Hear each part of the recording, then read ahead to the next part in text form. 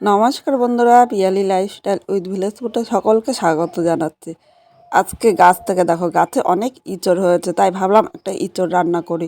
এই বছরে কিন্তু এখনও ইঁচড় রান্না করিনি, আজকে প্রথম ইঁচড়টা নিলাম, তাই ভাবলাম ইঁচড়টা রান্না করি। আর ইঁচড়টা কীভাবে রান্না করছি পুরো ভিডিওটা তোমাদের সাথে শেয়ার করছি। এই গাছটি হলো আমাদের বাড়ির পেছনে গাছ, গাছে ভর্তি হয়েছে।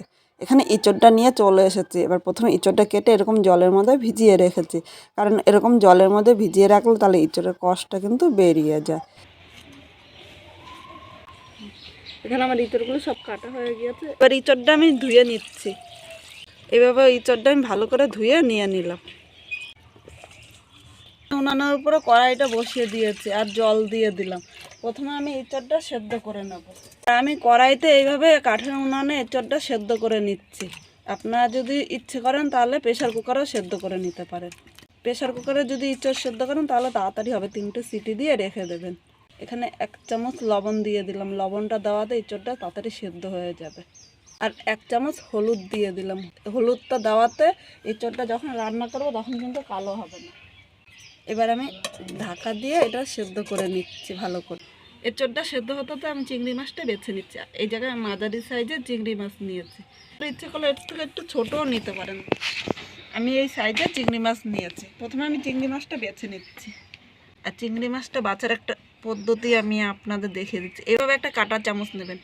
কাঁটা চামচ নিয়ে চামচের এই এক পাশটা চিংড়ি মাছের উপরে এরকম টান দেবেন, একদম উঠে যাবে আঁশগুলো। এই দেখুন, আঁশগুলো কিন্তু খুব তোলা সহজ। আঁশের সাথে এই মাঝখানে শীতটাও বের করে নেবে। এইভাবে আমি সব চিংড়ি মাছগুলো বেছে নিচ্ছি। আমি একটা চিংড়ি মাছের এরকম মাথাটা ছাড়িয়ে নিলাম। আর এইভাবে চিংড়ি মাছটা বাছবেন, দেখবেন খুব তাড়াতাড়ি বাছতে পারবেন। এবার কাঁটা চামচটা দিয়ে আমি এই চিংড়ি মাছের আঁশের মধ্যে নিয়ে নিলাম। আর দেখুন এরকম টান দেওয়াতে কিন্তু আঁশটা বেরিয়ে আসছে, একদম সহজ। এই শীতটা আমি ফেলে দিলাম। এইভাবে আমি সব চিংড়ি মাছগুলো বেছে নিচ্ছি। মাছগুলো সব বাছা হয়ে গিয়েছে, আমি ধুয়ে নিয়ে আসছি। প্রথমে আমি চিংড়ি মাছের মধ্যে লবণ দিয়ে দিলাম, পরে হলুদ দিয়েছি। হলুদ আর লবণ দিয়ে চিংড়ি মাছটা ভালো করে মেখে নিচ্ছি। হলুদ আর লবণ দিয়ে চিংড়ি মাছটা মেখে নিয়েছি। এটা সেদ্ধ করে আমি নামিয়ে ঠান্ডা করে নিয়েছি। এবার একে একে এর মধ্যে সব মশলাগুলো আমি দিয়ে দিচ্ছি। আদা বাটা দিলাম, রসুন বাটা, পেঁয়াজ বাটা, 5টা কাঁচা লঙ্কা বেটে রেখেছি, সেই কাঁচা লঙ্কা বাটাটা দিলাম। আপনারা যেরকম ঝাল খাবেন সেই হিসাবে লঙ্কাটা দেবেন। লাল লঙ্কার গুঁড়ো, হলুদ। ইঁচড়টা সেদ্ধ হওয়ার সময় লবণ দিয়েছিলাম, এখানে 1/2 চামচ লবণ দিলাম। আর এখানে ফেটানো টক দই দিয়ে দিলাম 2 চামচ।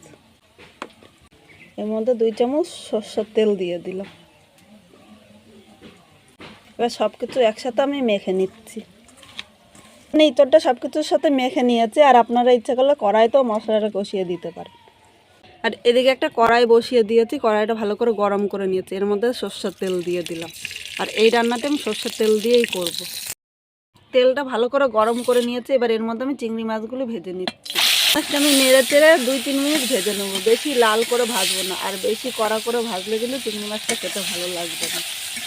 এখানে চিংড়ি মাছটা ভেজে নিয়েছি, এবার আমি তুলে নিচ্ছি।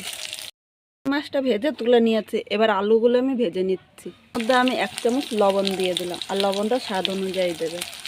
আর 1/2 চামচ হলুদ দিয়ে দিলাম। হলুদ আর লবণটা আমি আলুর সাথে নেড়ে চেড়ে মিশিয়ে নিচ্ছি। এভাবে লবণ আর হলুদ দিলে তাহলে লবণটা আলুর মধ্যে ঢুকে যাবে, আর আলুটাও তাড়াতাড়ি ভাজা হয়ে যাবে। ওটা আমি ভেজে নিয়েছি।